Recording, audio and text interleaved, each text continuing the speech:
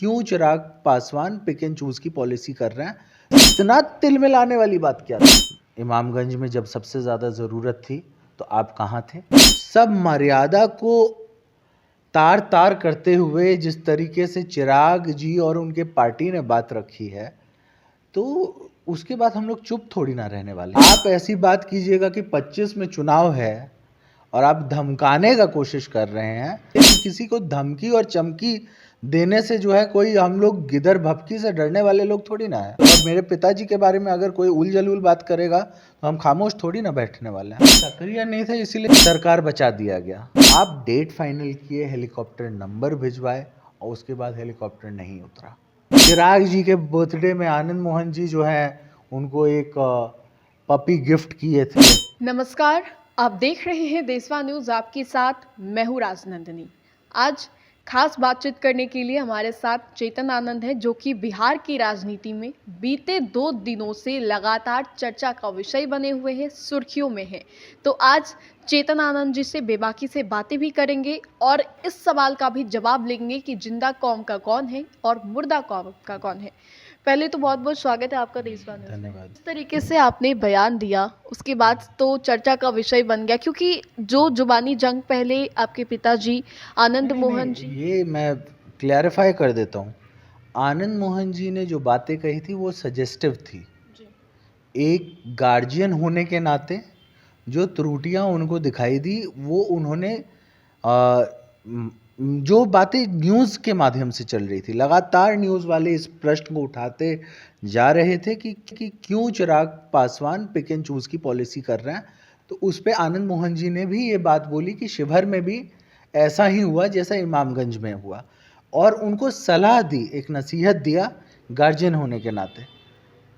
पूरे बाइट को देखिए, उन्होंने जो बातें कही, एक गार्जियन होने के नाते जो भी बातें थी उन्होंने रखी, लेकिन उसके बाद सब मर्यादा को तार तार करते हुए जिस तरीके से चिराग जी और उनके पार्टी ने बात रखी है, तो उसके बाद हम लोग चुप थोड़ी ना रहने वाले। अगर आप ऐसी बात कीजिएगा कि 25 में चुनाव है और आप धमकाने का कोशिश कर रहे हैं, तो हम ये भी बता दें कि जिस जगह से आप आते हैं, हाजीपुर जिधर से एमपी बने हैं, या जमुई जहाँ से बने थे, या कहीं और, उधर आपको क्या हमारी ज़रूरत नहीं पड़ेगी?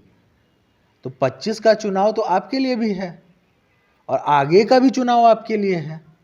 तो ये तो आपको भी समझना चाहिए कि किसी को धमकी और चमकी देने से जो है कोई हम लोग गिदर भपकी से डरने वाले लोग थोड़ी ना है। तो आपको जब सुझाव दिया गया, उसको एक चाचा भतीजा की तरह वो बात रखी गई थी।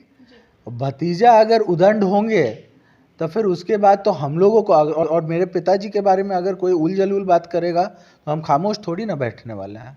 इसको लेकर फिर चिराग जी का बयान आता है कि आनंद मोहन जी के बारे में उन्होंने कहा कि सक्रिय नहीं है, वो राजनीति में है। सक्रिय नहीं थे इसीलिए सरकार बचा दिया गया। मान के चलिए सक्रिय होते उनके डेफिनेशन के हिसाब से, तो फिर क्या क्या और हो सकता था, तो अन्य बातें हो जाती हैं ना। फिर उसमें हम ये कह रहे हैं कि जो व्यक्ति इतने समय से जेल में थे और आज तक उनके चाहने वालों में कमी नहीं आई, आपका यही ना इशारा था कि वो जेल में थे, अभी जेल से निकले हैं, वो एमपी नहीं है। तो नेता को एमपी बनने की ज़रूरत नहीं है, नेता नेता होता है। अब कई एक एमपी होते हैं, एमएलए होते हैं जो नेता का जो दर्जा है उसको नहीं प्राप्त कर पाते अभी भी हैं। सक्रिय हैं आनंद मोहन जी? बिल्कुल, कहाँ नहीं है। आप देखिए जब से बाहर आए हैं, लगातार जहाँ पर भी जा रहे हैं, जहाँ खड़े होते हैं वहाँ पर जुलूस निकल जाता है। तो ये बताना हमको लगता है कि उनकी इमेच्योरिटी है। हाँ, और उन्हें याद रखना चाहिए कि रामविलास जी और आनंद मोहन जी के कितने मधुर रिश्ते थे। हाँ, आज उस रिश्तों पे आपने जो पानी फेंका है, तो इससे इस सब चीज़ों से उन्हें परहेज करना चाहिए था। मतलब अब हम ये समझे, क्योंकि स्थापना दिवस मनाया गया वन व्हीलर वाले आवास पे, न्योता गया था आप लोगों को न्योता क्या चीज़ का? शामिल होने के लिए? नहीं नहीं, वो जो व्यक्ति हमारे चुनाव में ही नहीं आ सकते वो हमको न्योता क्या ही भेजेंगे? और भेजेंगे तो वो उनका टेंशन होना चाहिए। और हम लोग, सिंपल सी बात है कि आपको एक सुझाव दिया गया था और आपका ये रिएक्शन कहीं से भी उचित नहीं था। आपको समझना होगा कि अगर कोई गार्जियन बता रहा है कुछ, ये सवाल लगातार न्यूज़ में चलता रहा। ये सवाल कोई चेतन आनंद का सवाल नहीं था, ये सवाल कोई आनंद मोहन जी का सवाल नहीं था, ये प्रेस वालों का भी सवाल था कि जब आप बेलागंज जाते हैं, तरारी जाते हैं, उधर रोड शो हो रहा है, मंच पे आप आ रहे हैं और एक जगह आप आते ही नहीं हैं। ठीक उसी तरीके से शिवहर में जब चुनाव था, 3 बार अगर आप अपना डेट नहीं फाइनल करते तो हमें समझ में आता कि आप नहीं आ रहे हैं।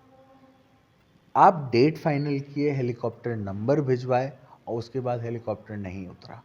3 बार, एक बार नहीं, एक बार हो सकता है गलती से छूट गया हो, लेकिन 3 बार। और 20 तारीख तक गोल गोल बातें होते रही। 20 तारीख को इनका खुद का चुनाव था। हमारे वोटर्स को हम लोग सक्रिय करते रहे हाजीपुर में कि आप लगे रहिए, और जब 20 को हमारे वोटर्स ने वोट दे दिया तो 20 के बाद इन्होंने जो है अपना लाइन एंड लेंथ चेंज कर दिया। तो ये सब चीज़ें गठबंधन धर्म के विरुद्ध होती हैं, और ये बात अगर बार बार कोई कर रहा है तो चेक एंड बैलेंस, जिस गठबंधन को हमने बचाया है, जिस गठबंधन में हमने वोट दे करके इसको बचाया है, हमारी भी कोई रिस्पॉन्सिबिलिटी है इसमें। और इधर अगर हम देखेंगे कि कोई गलत कर रहा है तो हम आवाज़ उठाएंगे। चेतन आनंद जी, हमें आप ये बताइए कि आपके और चिराग जी के बीच में जो भी रिश्ते बिगड़े हैं वो व्यक्तिगत रिश्ते बिगड़े हैं या फिर राजनीतिक रिश्ते? नहीं नहीं, राजनीतिक और व्यक्तिगत का जो पर्दा था हमारे तरफ से कभी नहीं उसको उठाया गया। लेकिन जिस तरीके से आपने आकर के पिताजी के ऊपर बोला, बहुत सारी हर्टफुल बातें आनंद मोहन जी के बारे में अगर आपको पता करना है तो आप बाकी लोग जो उस समय, हमको लगता है आंटी से भी आप पूछ सकते हैं, है ना, कि रामविलास अंकल थे, आंटी थी, उस टाइम हम लोग के कितने मधुर रिश्ते थे। मेरी बहन की कब के बर्थडे में, वो चिराग जी के बर्थडे में आनंद मोहन जी जो है उनको एक पपी गिफ्ट किए थे। ये रिश्ते हुआ करते थे और उस रिश्ते को आप भूल गए। और अगर किसी ने सुझाव दे दिया तो इतना तिलमिलाने वाली बात क्या? सुझाव ही तो दिया था कि इससे गलत मैसेज जाता है, क्लियर करें। सुझाव ही तो था ये, उस पे आप तिलमिलाए तो कहीं ना कहीं आपके मन में चोर बैठा होगा, तभी ना कोई तिलमिलाएगा। एक आखिरी सवाल होगा कि अगले वर्ष बिहार में विधानसभा का चुनाव होने वाला है, उससे पहले ही एनडीए में घमासान मचा हुआ है, तो ऐसा हो सकता है क्योंकि विपक्ष मौका ढूंढती है, तो कहीं ऐसा तो नहीं कि आप लोग एनडीए में घमासान मचाएं, उधर विपक्ष मौके का फायदा उठाए? नहीं नहीं, ये तो सोचना उनको था ना, घमासान तो हमने नहीं मचाया।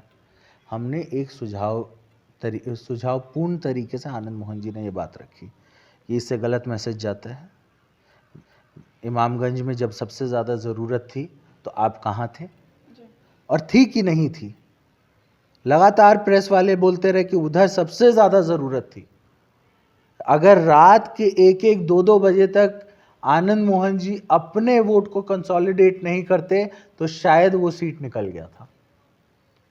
उस पर मेहनत की जा रही थी और मेहनत हम लोग कर रहे थे, और जिनके वजह से फ़र्क पड़ रहा था, ग्राउंड रिपोर्ट ये कह रहा था कि जिनके नहीं आने से जो फ़र्क पड़ रहा है, अगर वो आ जाएंगे तो माहौल रातों रात बदल जाएगा, तो वो व्यक्ति नदारद थे।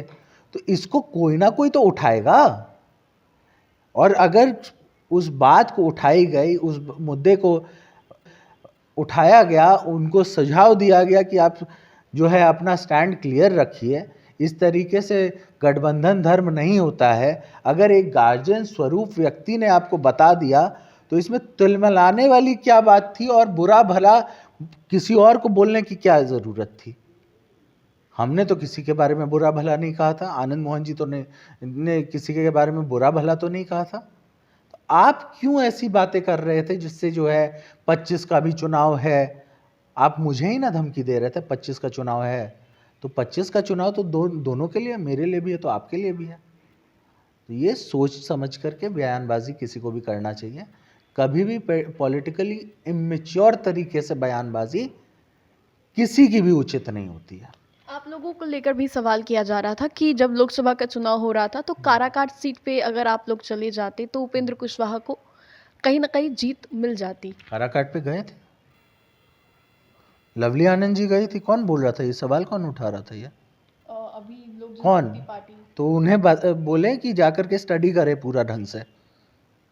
नदारत हम नहीं रहते, हमें जहाँ पर बुलाया जाता है हम वहाँ पर पहुँचते हैं, और गठबंधन के लिए हम लोग वहाँ पर पहुँचने का काम किए। काराकाट में लवली आनंद जी गई थी, तो ये सब पहले, वही तो हम कह रहे हैं, बिना ज्ञान के भाषण देना भी बहुत मुश्किल, मतलब गलत चीज़ होती है। शायद इन्होंने देखा नहीं कि आनंद मोहन जी ने क्या बोला, इसीलिए बवाल मचाते फिर रहे हैं। अगर उन्होंने देखा होता और समझा होता क्या लहजा है तो इनको खुद ही समझ में आता, लेकिन ये बचपना जो है कुछ लोगों का छूट नहीं रहा, तो उसमें हम क्या कर सकते हैं। चलिए, बहुत बहुत शुक्रिया बातचीत करने के लिए। तो देखिए, ये थे हमारे साथ बातचीत करने के लिए चेतन आनंद जी, जिनसे कई मुद्दों पर बातें की। भारतीय जनता पार्टी का सदस्य बनने के लिए 8800002024 पर मिस्ड कॉल करें। निवेदक भारतीय जनता पार्टी बिहार।